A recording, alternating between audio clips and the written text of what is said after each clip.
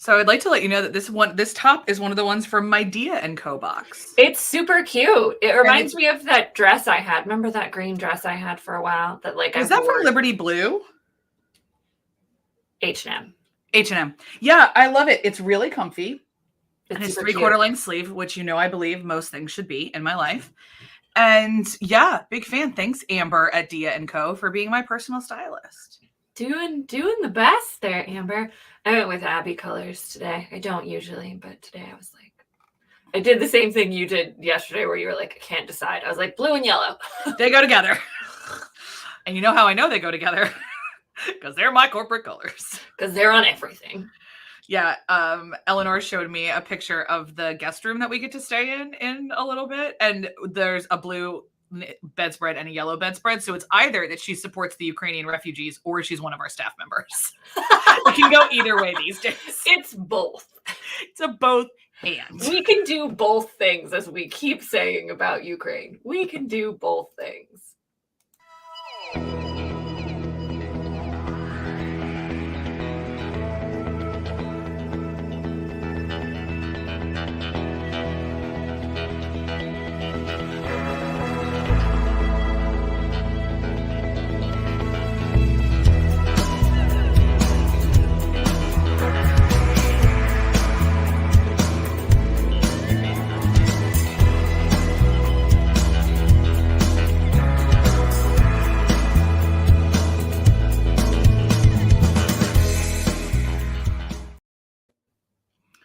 Well, hello, everybody, and welcome to March 22nd. We don't know how we got here either, and I think we'll be saying that until the end of our company, because I still don't understand how time works anymore.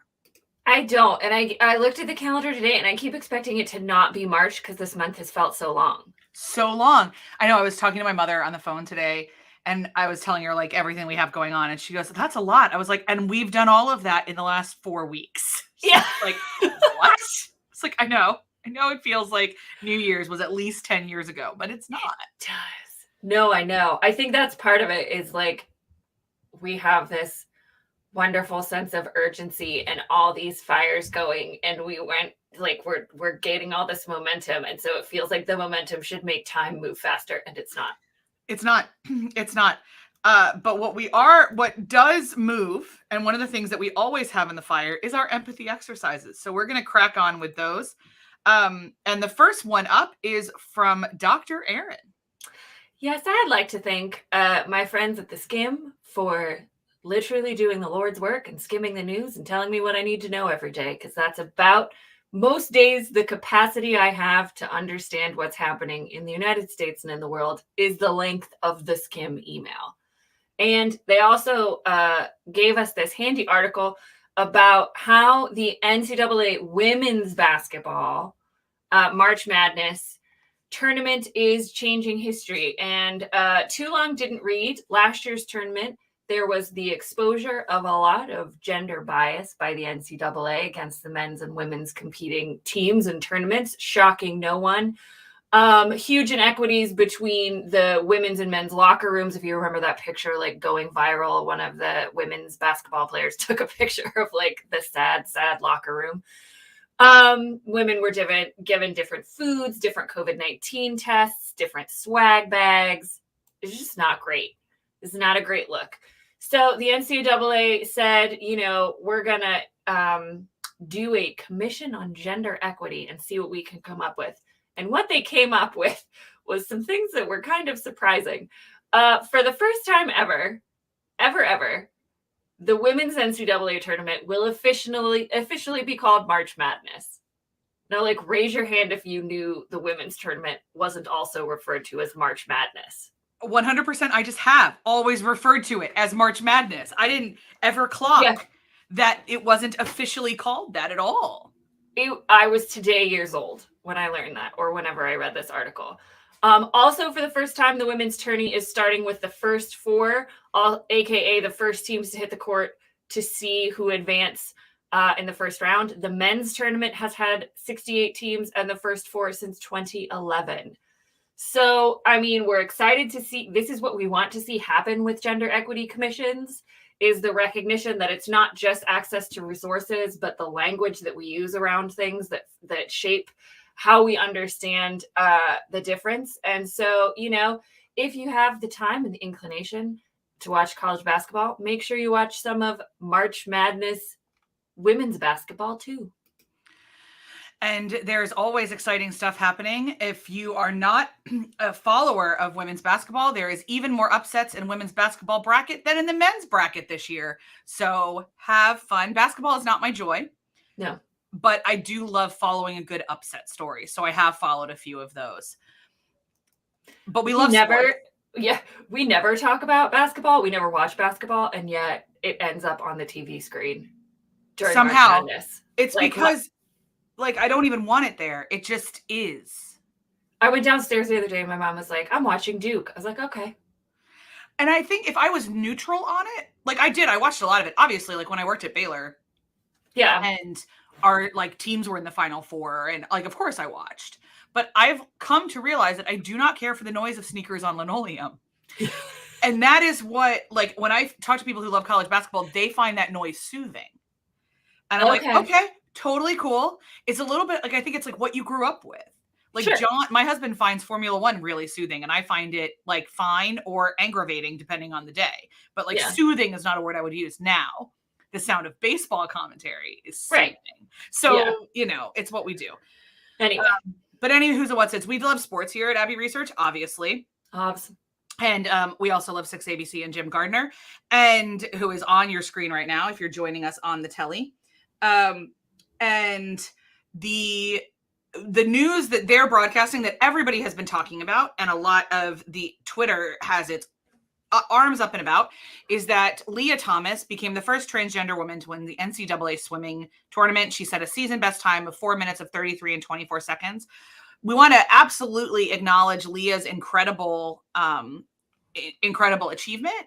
We also want to just draw your attention to a couple things. One is that there's a picture going around right now that is being tagged as Lia, and people are saying she looks like a man. This is a problem. Well, the problem is that picture is actually Olympic champion Katie Ledecky, who is a cisgendered woman and has never transitioned. So be careful.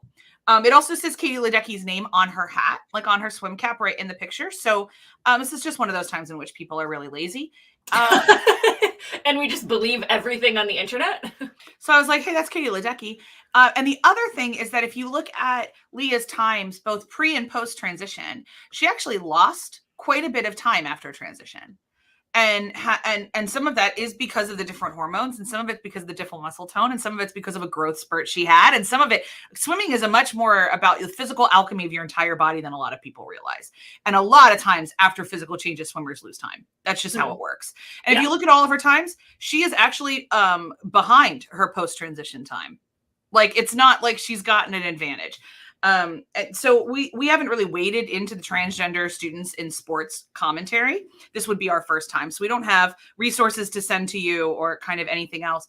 But what I will say is all the evidence that I've seen is that Lia very, very has deservedly won the women's swimming tournament. And we're very, very happy for her. And we hope that she gets to celebrate appropriately. And the questions over whether or not she should have been allowed to swim don't dampen her joy. That's our hope.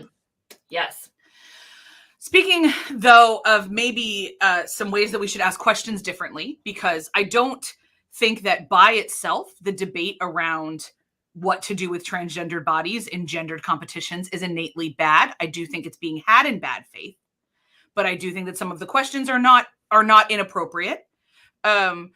This is a time in which it is potentially, we are not asking the right questions at all. So William Hurt died several weeks ago. Sure. And he is a celebrated actor in Hollywood. And as soon as he passed, there was extensive praise, accolades. And very quietly, I started to see the tweet that Marlee Matlin accused him of sexual assault on a movie in the 80s.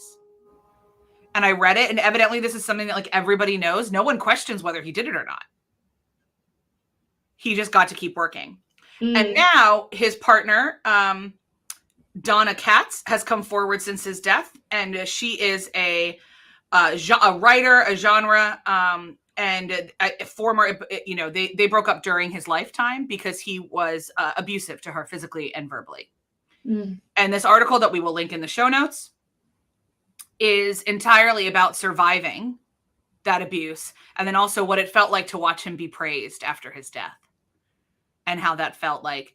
And in terms of an empathy exercise, I cannot encourage you enough to sit with this woman's story and realize that if you know, as somebody said on Twitter, it's never just one woman,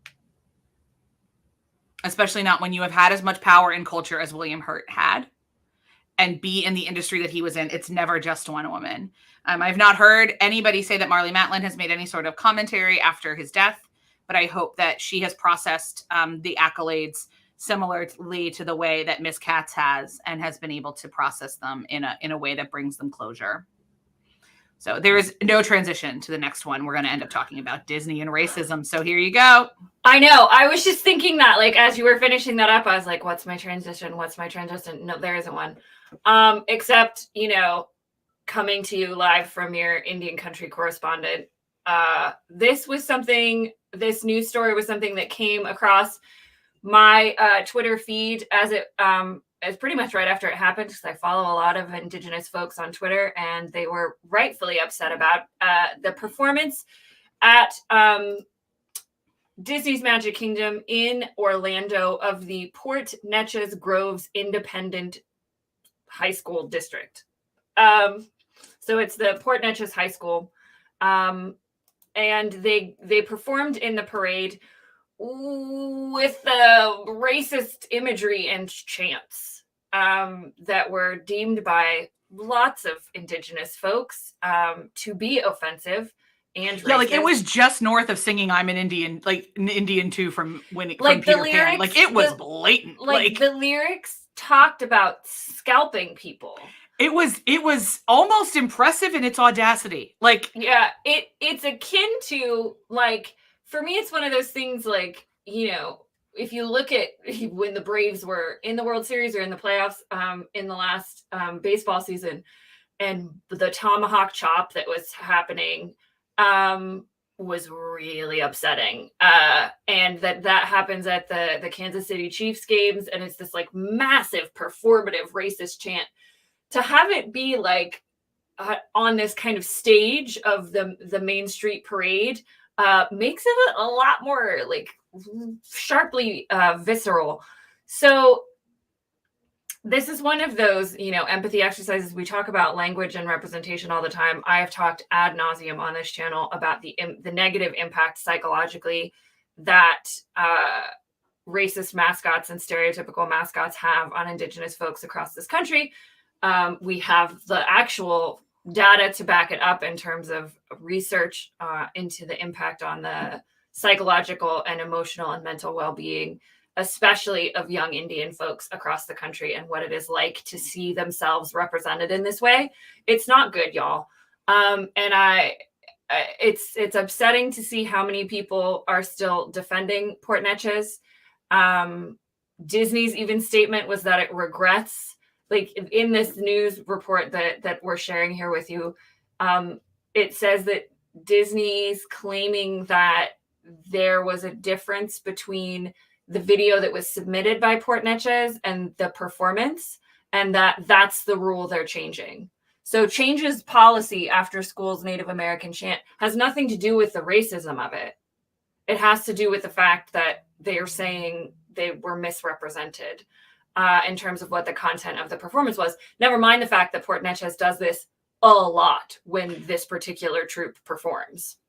Yes, we have a statement from Cherokee Nation that says, for the past several years, we have written to the Port Neches superintendent and school board asking them to cease using this offensive imagery, chanting, and symbolism and other practices in their school traditions, as this does nothing but dishonor us and all Native American tribes who are making great strides in this country. That's from Chuck Hoskin Jr., the Cherokee Nation principal. As you can see, Port Neches' response is to instead do it at the Magic Kingdom. Yeah, and you know, I've seen a lot of people, I've seen mostly a lot of Indigenous folks really upset about this on social media.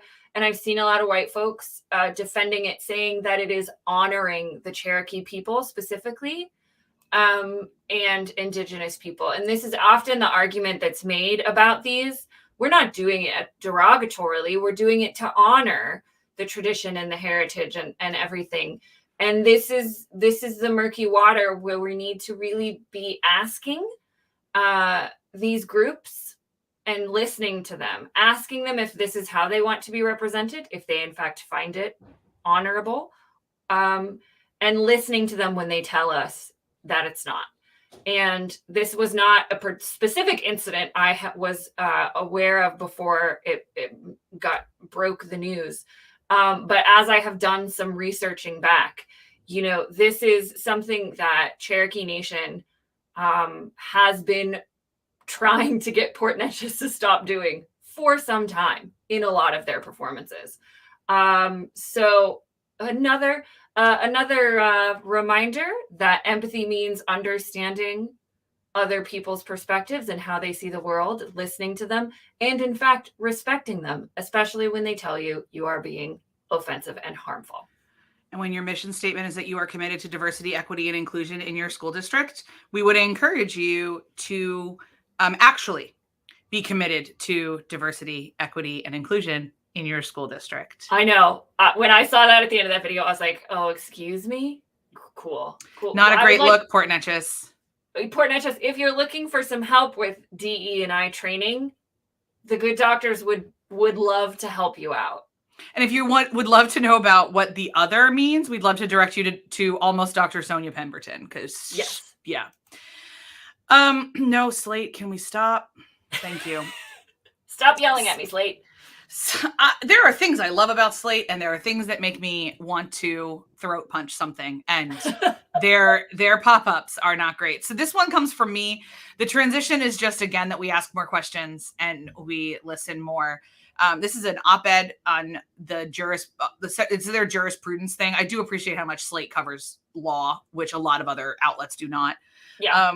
Their point in this, and really, again, it's an op-ed, is that no matter what the Sacklers pay, they get to walk away from this. Like, this bankruptcy is not a criminal trial. Unless the DOJ brings charges, no one in the Sackler family is going to serve time. Yeah. And that these families of addicts and families of people who have lost their lives and families of people who have died by suicide because of this have been serving time for a long time. And there's a lot of talk right now too. Our good friend Ed on Twitter is making the point that all of these kind of scam shows are really huge in the world. And yet, Elizabeth Holmes with a Dropout, and we've got a WeWork, and we've got an Uber. But no one's really talking about Richard Sackler as a scammer. Right. And he is. Yeah. He's a scammer. Mm-hmm.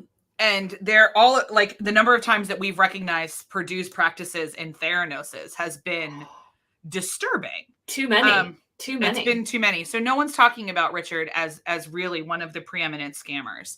And we need to be talking about that more. But just a good moment to remember that this family gets to walk unless the DOJ brings charges. And to remind you to sign the petition for the DOJ to bring charges. And to remind you that whenever you're talking about dope sick or oxy or fentanyl, what we want is for the DOJ to bring charges. So. Yes, ma'am. Speaking of asking questions, I think that's the theme of our empathy exercises today, asking more questions and listening to folks. This one came across my news feed this morning, and I think it's really interesting. And I think it can ask us questions for a lot of ways for how we categorize disorders, for how we treat folks, for lots of things. So the latest edition of the DSM-5 came out and has added to it a controversial new diagnosis, prolonged grief disorder, which will be a mental health disorder diagnosis. And this is a really fascinating article in the New York Times about the different sides of the argument in terms of recognizing that, some people in their grief might actually develop a mental health disorder. And then there's some mental health professionals that are like, we don't want to classify grief as a mental health disorder because we don't want there to be false positives for it. And we also don't want what happens a lot with pharmaceutical companies in this country is that they then develop medicine to treat said disorder. And a huge part of the conversation we are continuing to have on the opioid crisis, was a lot of people being diagnosed with things and treated with Oxycontin when that wasn't necessarily what was the best treatment or the most healthy treatment for what was ailing them. And we talked about it in our dope sick coverage and in our pharmacist coverage, right? Like, we didn't treat the underlying pain. We didn't treat the actual pain that was and the underlying reasons for it. We just prescribed a pain medication that was highly addictive. So it's interesting to me that there's this conversation. And I think one of the things that spurred this new diagnosis was finding some way to help people and to treat people during the COVID of it all. And I think there's an argument to be made, whether you think it's diagnosable or not, that there's a prolonged trauma and maybe a prolonged grief if you have lost someone or some part of your life during this period. That grief and that trauma certainly might be different than in a different circumstance or a different loss in a different time of our lives.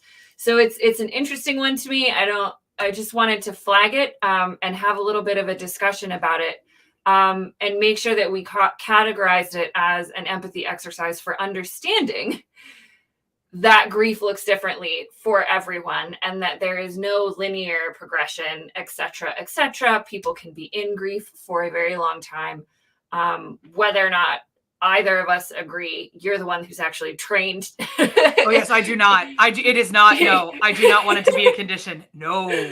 So it's an interesting, I don't think I do either, but I wasn't trained in social work. But I thought it was an interesting discussion to kind of bring up and say that people are talking about it. And especially as a way for us to I think people are legitimately struggling to process the pandemic. Oh, for sure. And I think I could understand why some mental health professionals would go this way, but I don't think we need more disorders.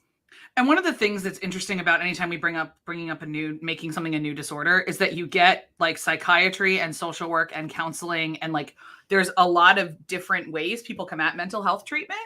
And one of the reasons I tend to listen to the social workers is that they're mental health, but they also do like integrative community health. Yeah. So whereas psychiatry sometimes just focuses on the patient and doesn't always think of the consequences out, as it were. Yeah. Historically as a profession, because social work is this kind of delightful hybrid between sociology and psychiatry in some ways. They're the ones that are like, oh, we don't like the consequences of this. So yeah. And I think that the cynic in me, the post dope sick, informed even cynic in me. I was cynical before dope sick. Now I'm like, whoa, we don't want to give the pharmaceutical companies, not that they're all bad or all evil or all Purdue Pharma, but like in a highly unregulated industry, we don't want to give them something else to create a pill about. No, I don't think. I don't want people to get a pill for grief. I want them to move through it. Yeah. And I want them to learn to live within it and after it and before it and whatever that looks like for them. I mean, I think. And there's certainly, I think, aspects of grief that can manifest into mental health issues. So it might create an anxiety disorder or, not augment, but like heighten your anxiety disorder. Like there are like also, things, like grief is a thing of the human condition.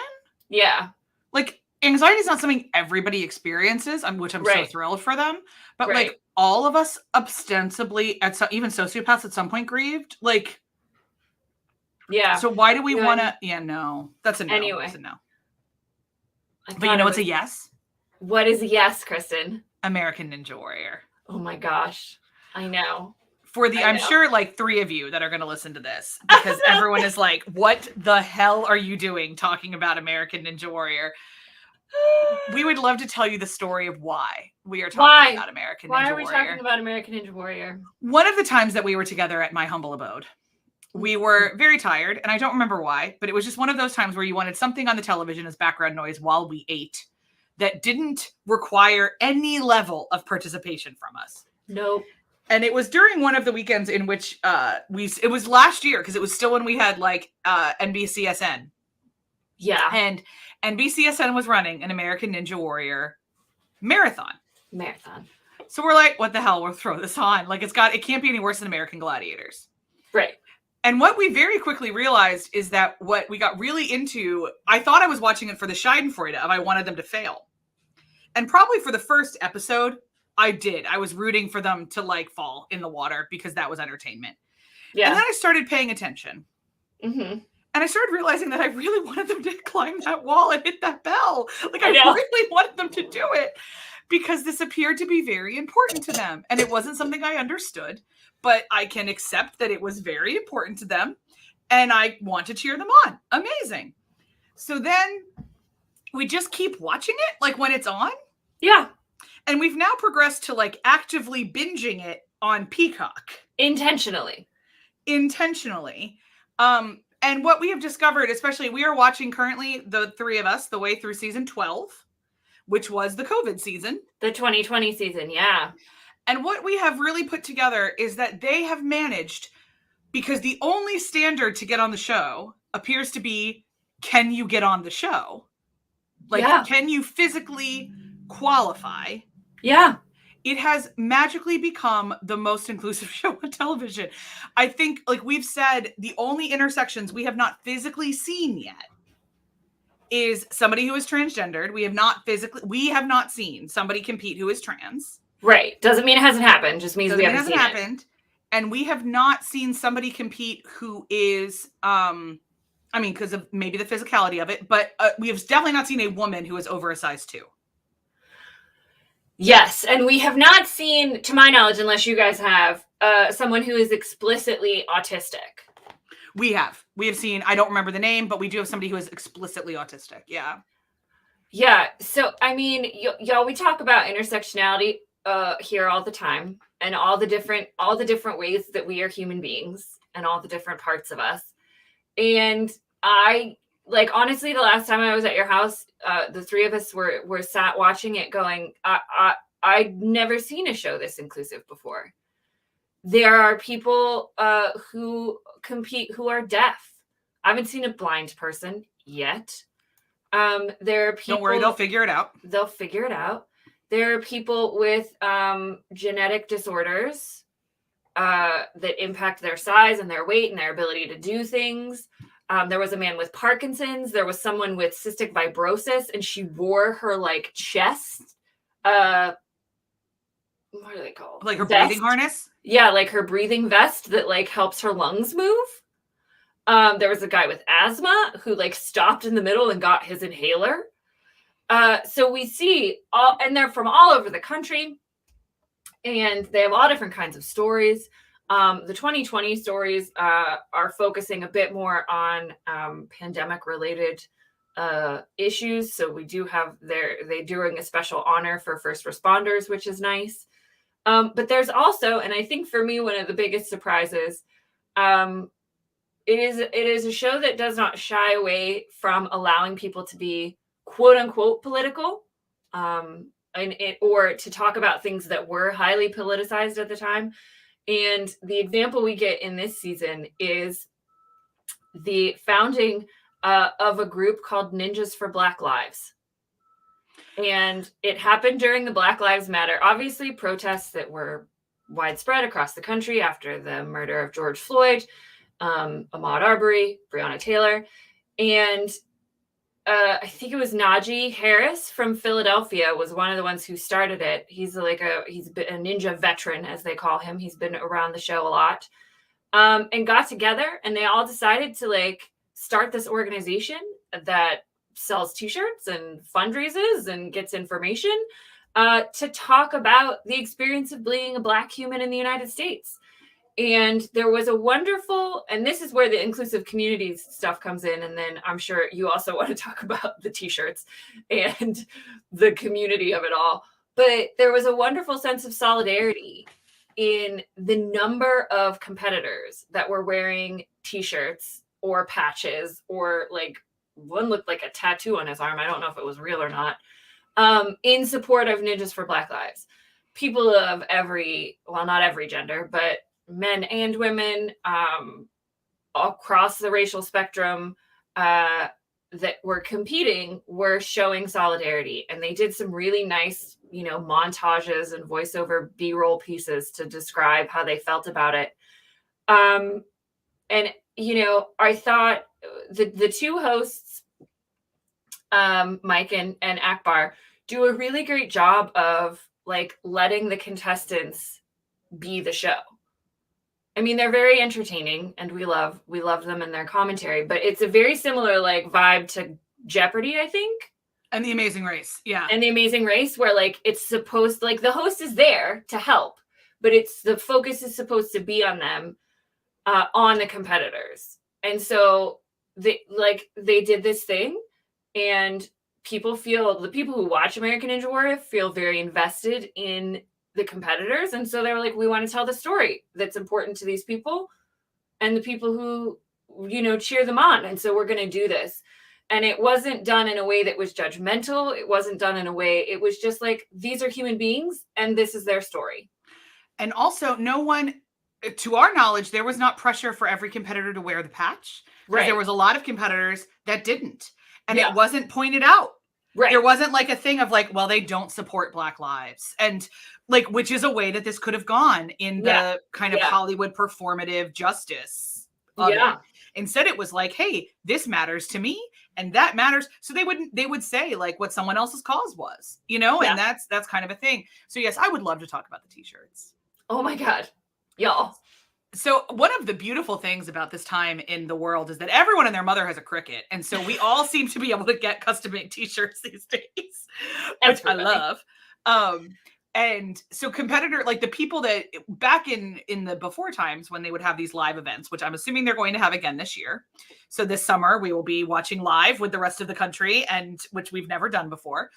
And they if I was competing, and then Aaron and my husband and my family would all be wearing matching t-shirts. Yeah. Very big deal. Very big deal. So something that we noticed very slowly is that a lot of these people started wearing each other's t-shirts. And at the beginning of one of the episodes, Akbar's commentary said it's the most supportive community.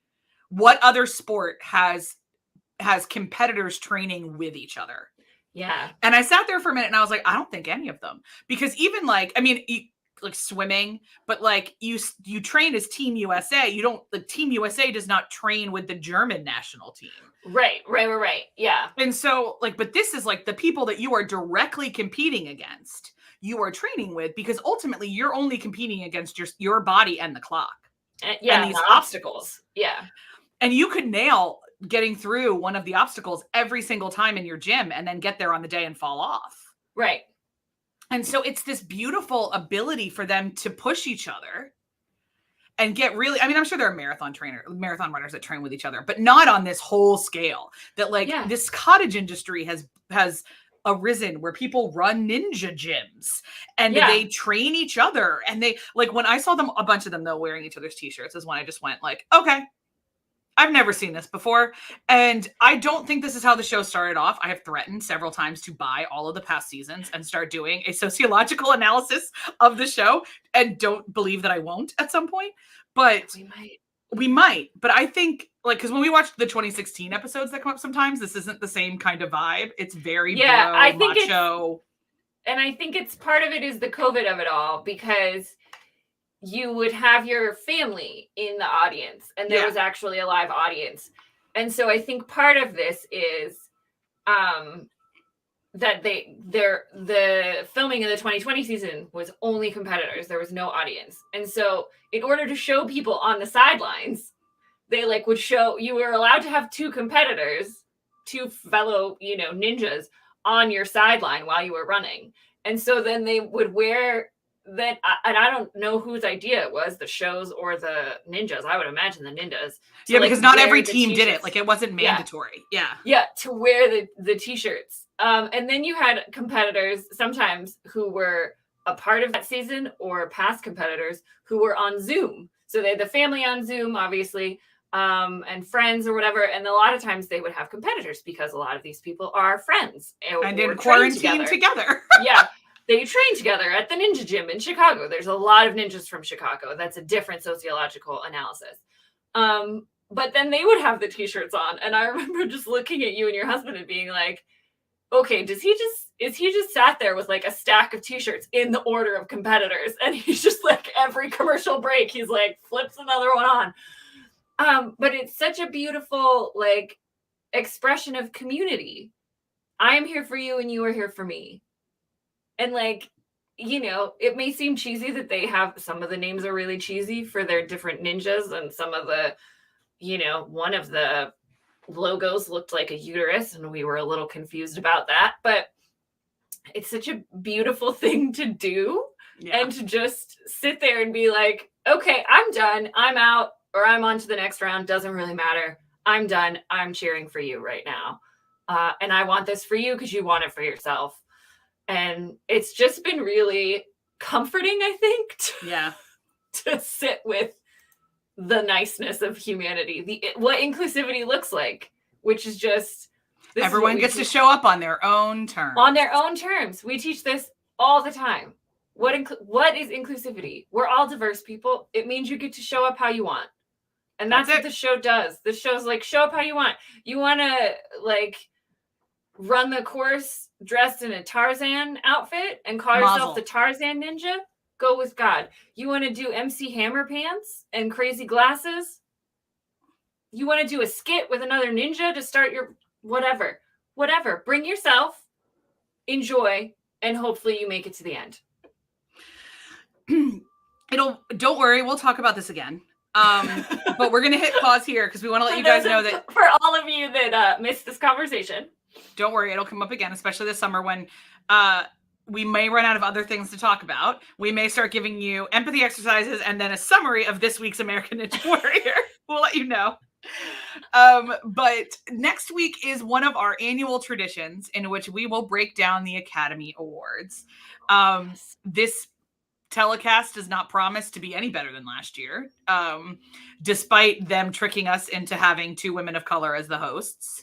Yeah, and they hired a man of color to like produce it or whatever. And I was like, oh, okay, Hollywood, cool. There's just black folks and white folks. Got it. That's all it is. That's all there are. There's still some real, you know, we don't know what's going to win. The odds makers are all being very weird, but if it's Coda, then I know a lot of the hard of hearing community has feelings about that movie. So we may be hearing about that. I'm going to have some feelings if Jane Campion wins because of who Jane Campion is. And we're going to talk about that. And then inevitably when Encanto wins Best Animated Feature, we will celebrate. I'm personally only watching it so that I can watch the live performance of We Don't Talk About Bruno. And also because for you fine people, we will comment on it. And we will make it work, but we will see you next Tuesday to talk about the Oscars, because really, what else do we do but talk about how terrible that organization is? I mean, it's on brand for us. And I think this is like our 3rd year in a row of doing it. So we might as well just do it and do a morning after the Oscars. Yes, we'll do an afternoon morning after the whatever. We'll see you on Tuesday to talk to you about the Oscars. In the meantime, we hope that you have somebody that will wear your t-shirt when you run whatever obstacle that you are running in your life, and that you avoid the corkscrew at all costs. At all costs. It's brutal, y'all. Take care. At all costs. Bye.